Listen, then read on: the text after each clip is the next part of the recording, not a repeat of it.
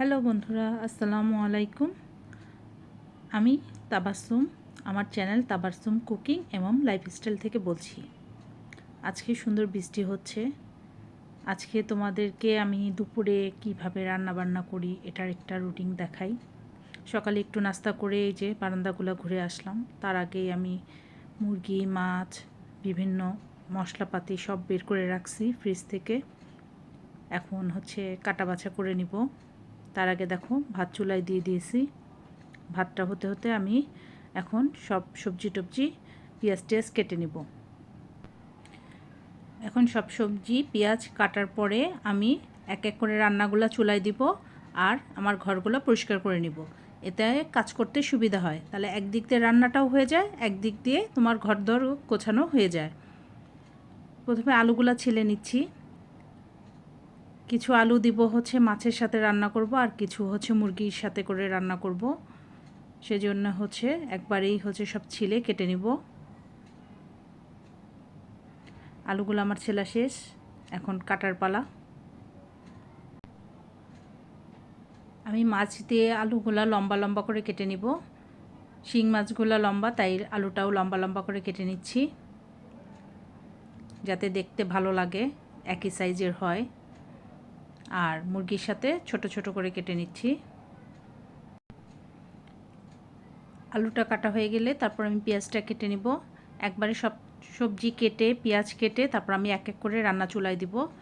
ওদিকে এক পাশ দিয়ে ভাতটাও ততক্ষণে আমি সব সবজি পেঁয়াজ টিয়াজ কেটে নিচ্ছি। তারপরে এক এক করে রান্না চুলায় দিয়ে আমি ঘরগুলা গোছায় নিব। আর যারা যারা এখনও আমার ইউটিউব চ্যানেলটাকে সাবস্ক্রাইব করোনি, তাড়াতাড়ি করে সাবস্ক্রাইব করে নিবে এবং ফেসবুক পেজটাকে ফলো এবং লাইক করে দিয়ে আসবে। দেখো বন্ধুরা, আমার কাটাকাটি প্রায় শেষ। এখন মাছটা আর মুরগিটা কেটে নিব। প্রথমে মাছ আর মুরগিটা খুব ভালো করে ধুয়ে নিব।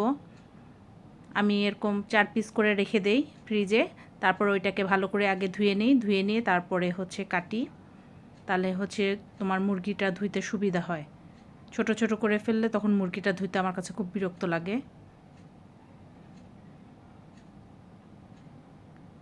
আমি রেগুলার 8 পিসের মুরগির রান্না করব দেখে এক একটা পিসকে 2 পিস করে কাটতেছি। 4 পিস মুরগিকে 8 পিস করব।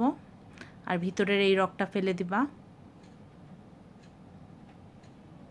মুরগিটা কাটা হয়ে গেলে আরেকটা ধোয়া দিয়ে নিব। ধোয়া দিয়ে নিয়ে একটু হলুদ, লবণ, মরিচ, ধনিয়ার গুঁড়া, মরিচের গুঁড়া একটু একটু করে দিয়ে মাখায় রেখে দিব। এতে মুরগির ভিতর পর্যন্ত মশলাগুলো সুন্দরভাবে ঢুকে যায় রান্না করার সময়।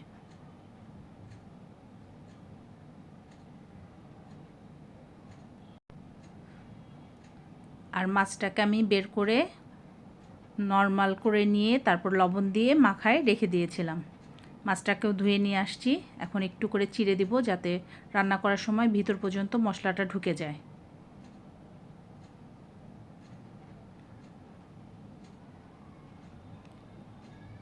সব দেখো কাটা শেষ। এখন এক এক করে আমি রান্না চুলায় দিব। এখানে অলরেডি মুরগির জন্য মশলাটা কষায় নিছি, নিয়ে মুরগিটা দিয়ে দিচ্ছি। মুরগিটাকে খুব ভালো করে কষায় নিচ্ছি।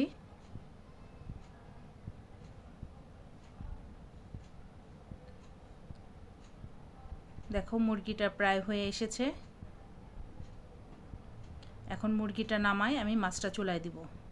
মাছটারও মশলাটা কষায় নিছি। এখন মাছগুলা দিয়ে দিব। এভাবে একটা একটা করে তরকারি চুলায় দিয়ে আমি ঘরদোরগুলো গোছায় নেই বা অন্যান্য কাজগুলো শেষ করে নেই। আশপাশে অনেক হাঁড়ি পাতিলও জমে যায়, এগুলার সাথে সাথে সেগুলাও টুকটাক ধুয়ে ফেলি সাথে সাথেই। তাহলে কাজগুলো রেগুলার গোছানো হলে কাজগুলো তাড়াতাড়ি শেষ হয়ে যায়। মাছ আর আলুটাকে সুন্দর করে কষায় এখন ঝোলের পানি দিয়ে দেবো এখানে। আর আমরা কাঁচা মাছটাই খেতে পছন্দ করি, অনেকে ভেজে খায়, আমরা কাঁচাটাই খাই। আমি একসাথে 2 দিনের রান্না করে রাখি যাতে আরেক দিন আমি অন্যান্য কাজগুলো করতে পারি। এই যে আমার মাছটা হয়ে গেছে প্রায়, এখন আমি নামাই নিব কারণ এটা ঝোল ঝোল থাকবে। এটা নামানোর পরে আমি চুলার আশপাশ সব পরিষ্কার করে ফেলবো। তারপর যেই হাঁড়ি পাতিলে রান্না করলাম এগুলা ধুয়ে ফেলবো। এই দেখো কত ময়লা, এগুলাকে সুন্দর করে এখন মুছে ফেলবো। আর ইন্ডাকশনটা একটু ঠান্ডা হলে তারপরে আমি মোছা দিই, গরম অবস্থায় মোছাটা ঠিক না, গ্লাসটা ফেটে যেতে পারে।